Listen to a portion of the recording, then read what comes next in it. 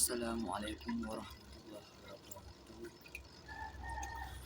Alhamdulillahirabbil alamin. Wassalatu wassalamu ala asyrafil anbiya'i wal mursalin sayyidina Muhammadin wa ala alihi washabbihi ajmain. Amma ba'd. Salam sejahtera kepada semuanya. Di pagi hari ini sungguh cuacanya sangat cerah. Jadi bagaimana dengan kabar teman-teman semuanya? Tak lupa kepada junjungan kita, yaitu Nabi besar, Nabi Agung, Nabi Muhammad SAW yang telah memimpin kita dari jalan bodoh menuju jalan yang terang menerang, yaitu ad-din al-Islam. Yang ketiga kalinya yang terhormat kepada Bapak dosen pengampu mata kuliah Dwi Juli Triyono MPDI, dan yang terhormat kepada teman-teman saya yang saya banggakan semuanya. Di sini saya akan mempresentasikan pada materi tersebut, yaitu yang membahas tentang sejarah pertumbuhan dan perkembangan pendidikan Islam di Nusantara. Jadi sebelum saya masuk pada bab pembahasan, yakni di sini saya akan membacakan tentang isi dari latar belakang materi tersebut, yaitu latar belakangnya ialah masuknya Islam ke Nusantara merupakan salah satu peristiwa penting dalam sejarah perkembangan sosial, budaya, dan keagamaan di Indonesia. Proses Islamisasi tak berlangsung secara tiba-tiba, melainkan melalui interaksi panjang antara masyarakat lokal dengan para pedagang dan ulama muslim sejak abad ke-7. Melalui Islam dapat diterima dengan damai dan berkembang secara luas di berbagai wilayah. Jadi keunikan proses penyebaran Islam di Nusantara terletak pada sifatnya yang akomodatif terhadap budaya lokal, sehingga mampu melahirkan corak keislaman yang khas. Hal ini terlihat dari perkembangan kerajaan-kerajaan Islam atau pertumbuhan lembaga pendidikan seperti pesantren, serta lahirnya tradisi intelektual dan kesusastraan Islam yang memperkaya khazanah budaya bangsa. Dan memahami proses masuknya Islam ke Nusantara menjadi penting, tidak hanya untuk menelusuri sejarah keagamaan, tetapi juga untuk melihat bagaimana interaksi antar budaya membentuk identitas masyarakat Indonesia saat ini.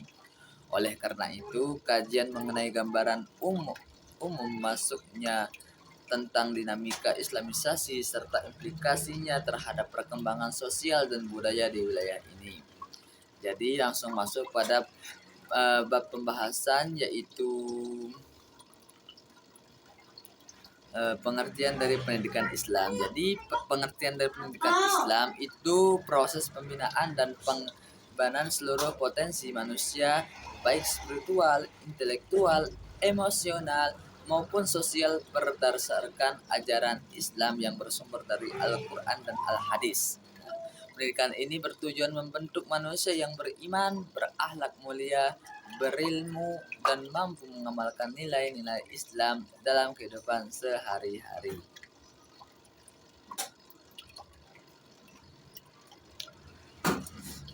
Secara lebih relevan, pendidikan Islam dapat dipahami sebagai usaha sistematis untuk menanamkan nilai-nilai keislaman dan membimbing peserta didik menuju kehidupan yang bermanfaat di dunia dan akhirat. Proses pendidikan ini tidak hanya menekankan aspek pengetahuan agama, tetapi juga menekankan pembentukan karakter, pengembangan intelektual, serta penyempurnaan perilaku.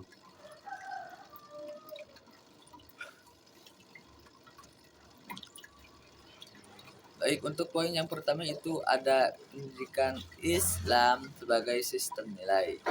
Pendidikan Islam sebagai sistem nilai berarti bahwa seluruh proses pendidikan mulai dari tujuan, kurikulum, metode, hingga perilaku pendidikan peserta didik dibangun berdasarkan nilai-nilai dasar ajaran Islam. Nilai-nilai tersebut bersumber dari Al-Quran, hadis, serta tradisi intelektual Islam dan menjadi pedoman dalam bentuk kepribadian peserta didik.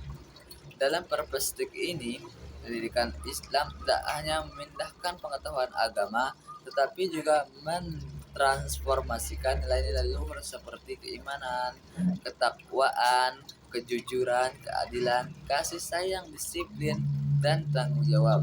Nilai-nilai inilah yang menjadi kerangka utama dalam membimbing tingkah laku pada dan pola pikir peserta didik. Dan untuk poin kedua, yaitu ada pendidikan Islam sebagai proses berkelanjutan. Nah,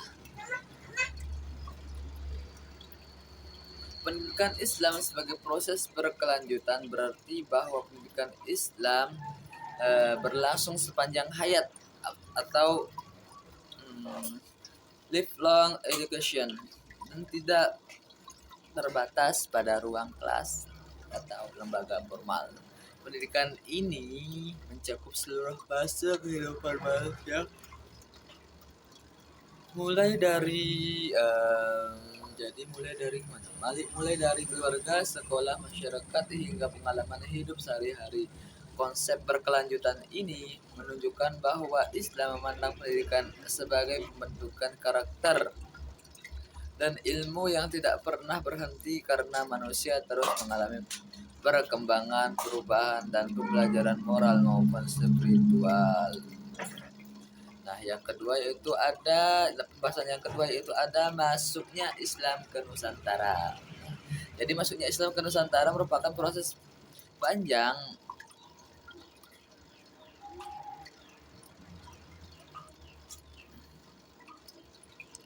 secara bertahap sejak abad ke-7 hingga mencapai bentuk yang mapan pada abad ke-13 sampai 16. Penyebaran Islam tidak terjadi melalui penaklukan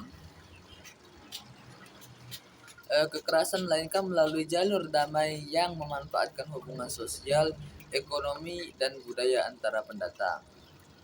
Ya, jadi di sini Muslim dengan masyarakat lokal, faktor inilah yang membuat Islam dapat diterima secara luas dan mengakar dalam kehidupan masyarakat Nusantara. Masuknya Islam ke Nusantara merupakan proses historis yang berlangsung secara damai melalui berbagai jalur interaksi sosial, ekonomi, dan budaya. Tidak ada catatan bahwa Islam masuk melalui penaklukan militer. Sebaliknya, Islamisasi terjadi secara evolutif, persuasif, dan bertahap melalui hubungan komunitas Muslim dengan masyarakat lokal. Berikut beberapa jalur utama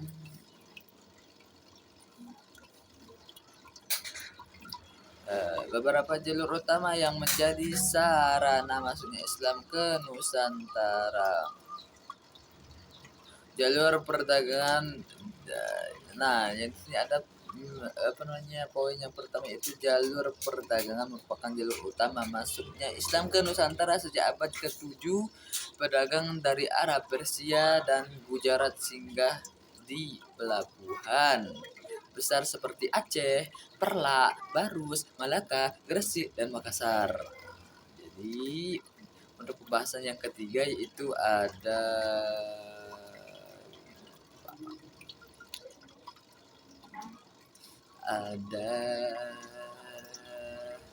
pertumbuhan awal pendidikan Islam. Nah, dari pertumbuhan awal dari pendidikan Islam itu terjadi bersamaan dengan proses masuk dan berkembangnya Islam itu sendiri. Pada masa awal pendidikan Islam belum berbentuk lembaga formal seperti sekarang, tetapi muncul dalam bentuk pengajaran dasar agama yang berlangsung di rumah, surau, masjid, dan pusat-pusat aktivitas keagamaan.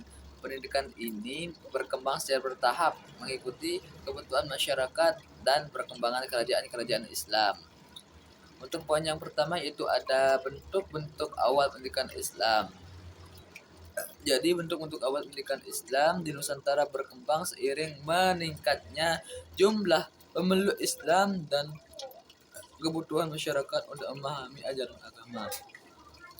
Jadi pada periode awal ini, pendidikan Islam belum berbentuk lembaga formal seperti madrasah modern, melainkan berupa pendidikan tradisional yang sederhana tetapi efektif yang berlangsung di lingkungan keluarga, tempat ibadah, dan komunitas masyarakat. Berikut bentuk-bentuk awal pendidikan Islam. Jadi yang pertama itu ada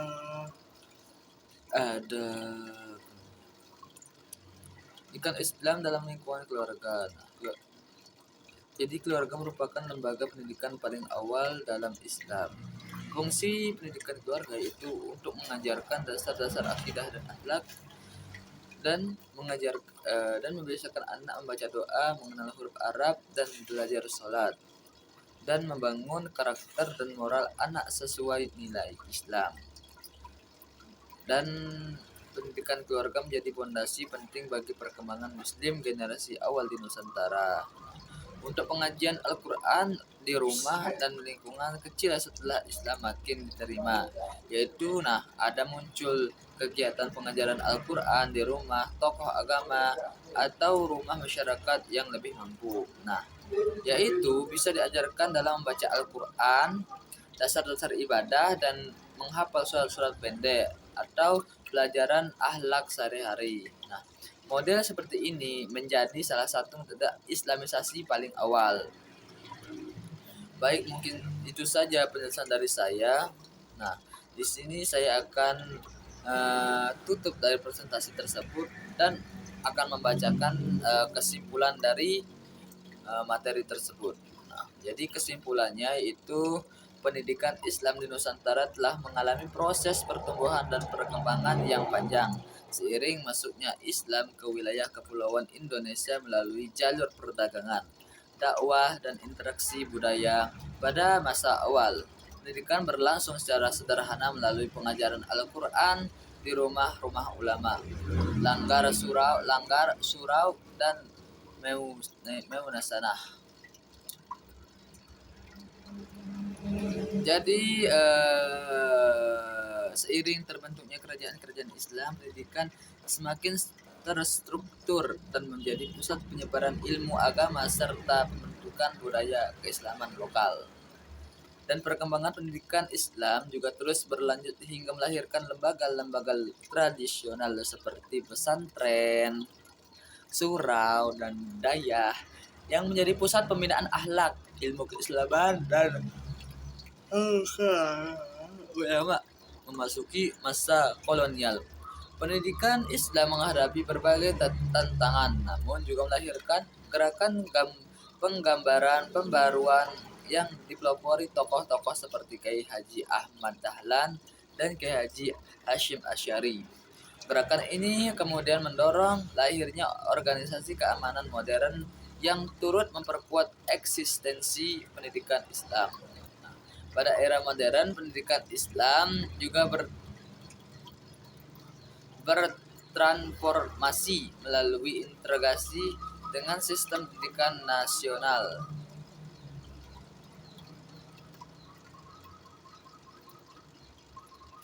Berdirinya madrasah formal hingga perkembangan perguruan tinggi Islam, perkembangan teknologi, dan globalisasi turut memperluas akses pendidikan Islam ke ranah digital. Ada perubahan signifikan dalam metode pembelajaran secara keseluruhan. Perjalanan panjang pendidikan Islam di Nusantara menunjukkan dinamika yang terus berkembang sesuai kebutuhan zaman. Pendidikan Islam telah memberikan kontribusi besar dalam membentuk identitas, moralitas, dan kebudayaan masyarakat Indonesia, serta menjadi bagian penting dalam pembangunan peradaban Islam Nusantara yang moderatif, inklusif, dan adaptif terhadap perubahan. Untuk saran dari materi tersebut yaitu pelestarian lembaga pendidikan tradisional pemerintah, masyarakat, dan lembaga pendidikan perlu bekerja sama dalam menjaga keberlangsungan pesantren, surau, dan dayah sebagai warisan.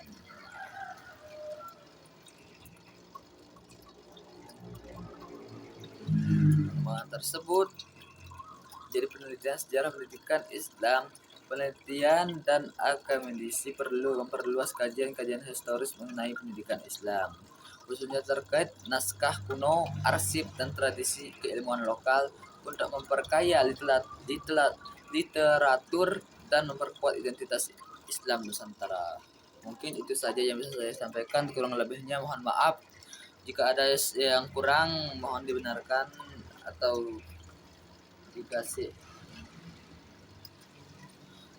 Baik, mungkin itu saja. Kurang lebihnya mohon maaf. Assalamualaikum warahmatullahi wabarakatuh.